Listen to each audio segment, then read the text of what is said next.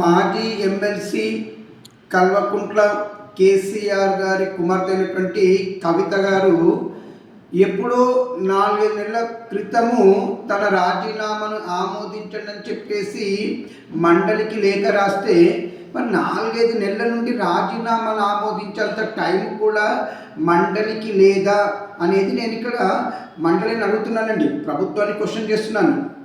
సరే లేదు అనుకుందాం, ఏదో రీజన్ చెప్పారు. మరి మొన్నటికి మొన్న 1 గంట టైము ఆమెకు కేటాయించి దానికోసము ఒక బిల్లుకు సంబంధించి ఒక డిస్కషన్ ఇంపార్టెంట్ టాపిక్ను కూడా పక్కన పెట్టి ఆమె గారికి 1 గంట టైం ఇచ్చి ఆ గంట టైంలో తను ఏమైనా ప్రజా సమస్యలు వెల్లడిస్తుందంటే అది లేదు. జస్ట్ ఆ గంట సేపు అంతా పర్సనల్ సోది మాట్లాడుతూ చూడండి, అది మాట్లాడింది. అంటే కవిత వెనకాల ఎవరు ఉండి నడిపిస్తున్నారనేది ఇప్పుడు తెలంగాణ వ్యాప్తంగా ప్రజలందరికీ క్లియర్ కట్గా తెలిసిపోయింది.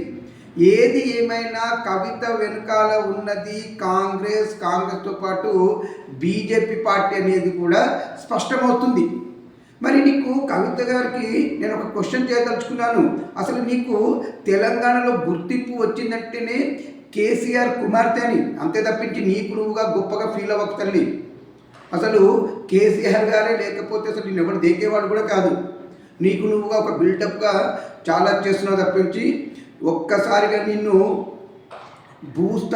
రాజకీయంగా భూస్థాపితం చేసే రోజులు కూడా దగ్గరలోనే ఉన్నాయి.